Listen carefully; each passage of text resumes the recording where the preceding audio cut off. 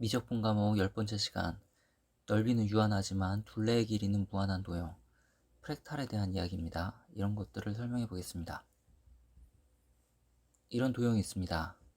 정삼각형을 그리고 정삼각형의 각변을 3등분하여 가운데 부분을 한 변으로 하는 정삼각형을 그리고 가운데 부분을 지워서 1단계 도형을 만들었습니다. 그려진 도형의 각변에 대하여 이해 과정을 반복해 2단계, 3단계 이렇게 쭉 그려가게 됩니다. 이렇게 그려진 도형을 코어 곡선이라고 합니다.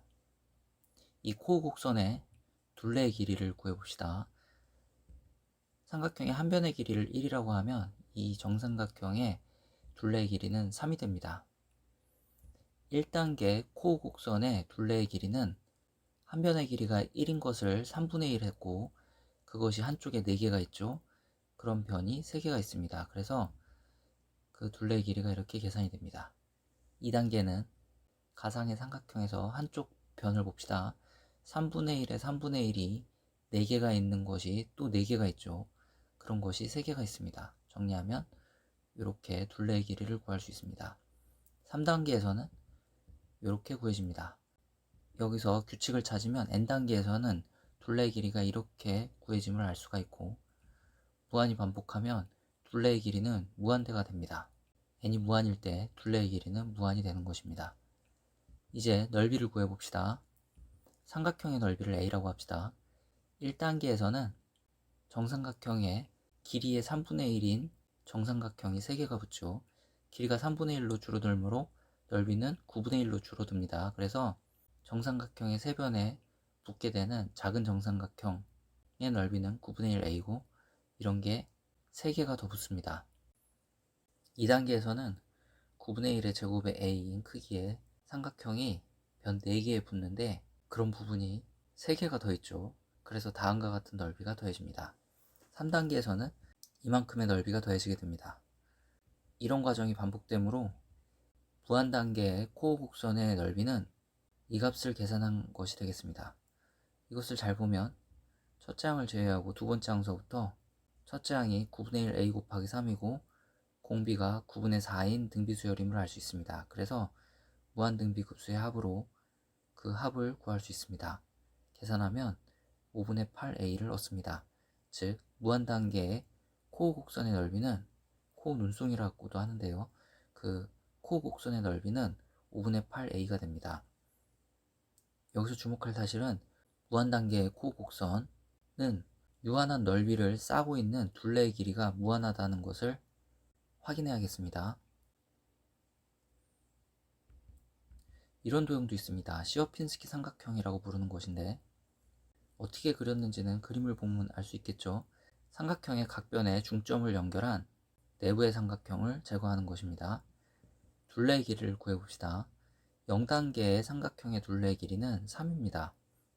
1단계의 삼각형들의 둘레의 길이는 한 변의 길이가 2분의 1인 삼각형이 3개가 있죠. 그래서 계산하면 이렇게 계산할 수 있고 2단계에서는 한 변의 길이가 4분의 1인 삼각형이 위쪽에 3개, 그런 게 또 3개가 있습니다. 정리하면 이렇게 정리할 수 있습니다. 3단계에서는 이렇게 구해집니다. 규칙을 찾아보면 n단계에서는 그 둘레의 길이가 이렇게 구해지고 따라서 무한단계에서는 그 둘레의 길이가 무한대가 됨을 알 수 있습니다. 이제 넓이를 구해봅시다. 0단계의 넓이를 a라고 합시다. 그러면 1단계의 넓이는 0단계의 삼각형에서 길이가 2분의 1로 줄어든 삼각형으로 구성된 3개의 삼각형의 넓이이므로 길이가 2분의 1로 줄어들었으므로 넓이는 4분의 1로 줄어들죠. 그 4분의 1로 줄어든 삼각형이 3개가 있습니다. 2단계는 그것에 또 4분의 1로 줄어든 삼각형이 위쪽에 3개, 그런 게 또 3개가 있죠. 그래서 정리하면 이렇게 정리할 수 있고 3단계에서는 이렇게 그 넓이가 구해집니다. n단계에서의 삼각형의 넓이는 이렇게 구해지고 무한단계에서는 0이 됨을 알 수가 있습니다. 여기서도 둘레의 길이는 무한한데 넓이가 0이 되는 것을 확인하고 가기 바랍니다.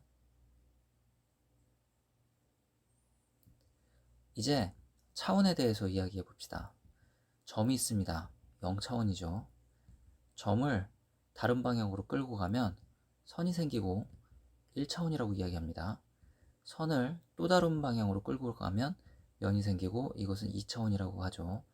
면을 또 다른 방향으로 끌고 가면 입체가 생기고 이것은 3차원이라고 합니다. 그 3차원 도형을 또 다른 방향으로 끌고 가면 4차원 도형이 생기는데 3차원에서 또 다른 방향은 우리가 생각할 수가 없습니다. 그래서 가상의 도형입니다. 이것은 차원을 다른 방법으로 정의하기도 하는데 n차원 공간의 한 점을 표현하기 위해 필요한 축의 수로 정의하기도 합니다. 2차원은 평면에 점이 있습니다. 그러면 축이 두 개가 있으면 a, b로 이 점을 표현할 수 있습니다.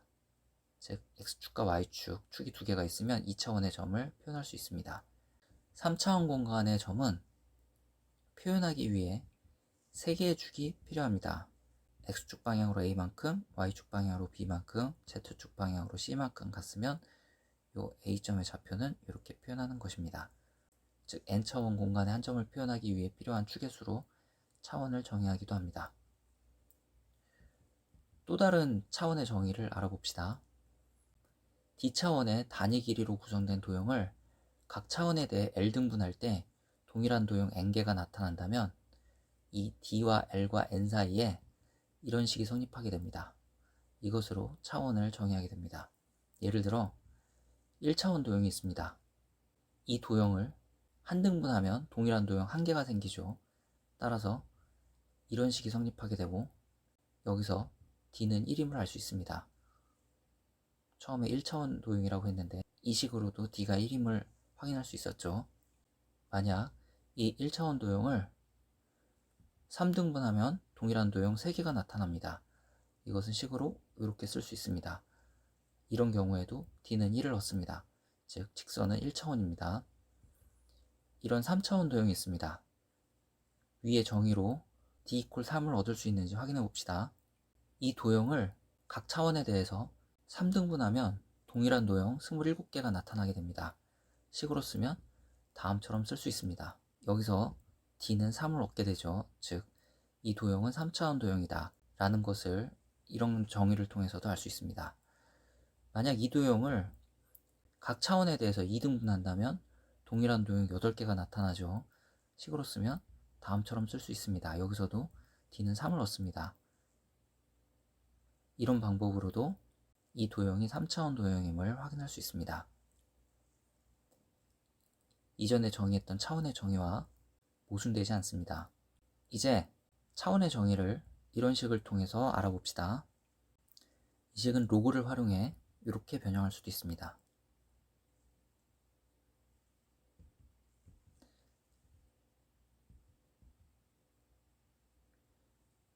지금까지 설명한 차원의 또 다른 정의입니다. 이 차원의 정의를 프랙탈 도형인 시어핀스키 삼각형에 적용해 보겠습니다. 시어핀스키 삼각형의 차원을 구해봅시다. 시어핀스키 삼각형을 관찰해 보면 도형의 각 차원에 대해서, 즉 각 변에 대해서 2등분하면 동일한 도형이 3개가 나타남을 확인할 수 있습니다. 차원의 정의는 이렇게 쓴다고 그랬죠. 여기에 L에 2, N에 3을 대입해서 계산하면 D는 1.58을 얻습니다. 즉 시어핀스키 삼각형은 1.58차원을 갖는 도형이라는 뜻입니다.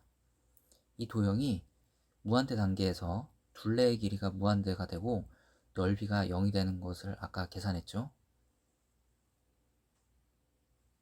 이 도형은 1차원과 2차원 사이의 도형입니다. 2차원이 안 되므로 넓이는 생각할 수 없습니다. 그런데 1차원보다는 그 차원이 높죠. 그 길이는 1차원 도형보다 커야 될 거라고 예상할 수 있습니다. 실제로 계산한 값이 둘레의 길이는 무한대가 되고 넓이는 0이 됨을 확인할 수 있었습니다. 프랙탈 도형의 또 한 예인 코어 곡선입니다.